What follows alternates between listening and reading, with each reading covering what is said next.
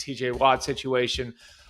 This, I think, ties back to what's happened to the edge rusher market over the course of this offseason and what Myles Garrett was able to get in Cleveland.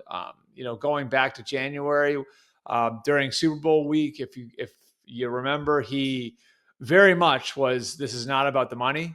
He wanted out of Cleveland. He winds up getting a $40 million per year extension, which erases, I guess, some of the concerns that he had with continuing his career with the Browns. Danielle Hunter, who is on his fourth contract now, does a short-term extension with the Texans. And, of course, Max Crosby does another extension with the Raiders. Both those guys are older players.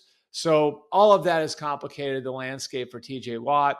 None of those three players that I just mentioned, not Garrett, not Crosby, and not Hunter, are in their mid-20s going on to second contracts. These are older players like TJ Watt is. And so this, situation, you look at it from the standpoint of Watt, he should at least be in the mid-30s where Crosby and Hunter are. And you can understand why he would want to be where Garrett is, up near $40 million a year. And further complicating it is the fact that the Micah Parsons thing is still undone out there. On the Pittsburgh side of it, of course, this is a guy on the wrong side of 30. This is a guy who's had some injury issues over the last couple of years. So you want to protect your franchise as well. I don't know how they solve it, but in the end, I think there's too much mutual interest in getting something done here for there not to be some sort of solution that the Steelers and Watts people can find.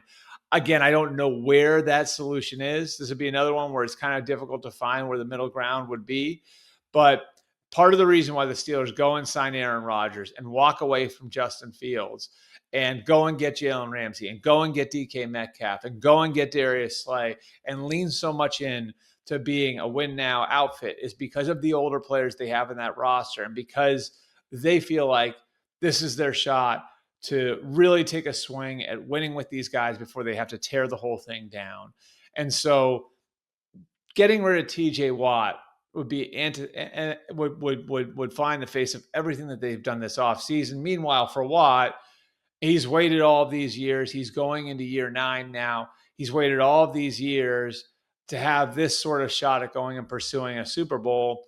I can't imagine that he would want to walk away from it and go take his shot somewhere else. So my guess is they get something done.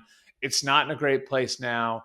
But remember, a few years ago when he did his last contract, that one went right up to the very beginning of the season. He signed on the Saturday before the season started.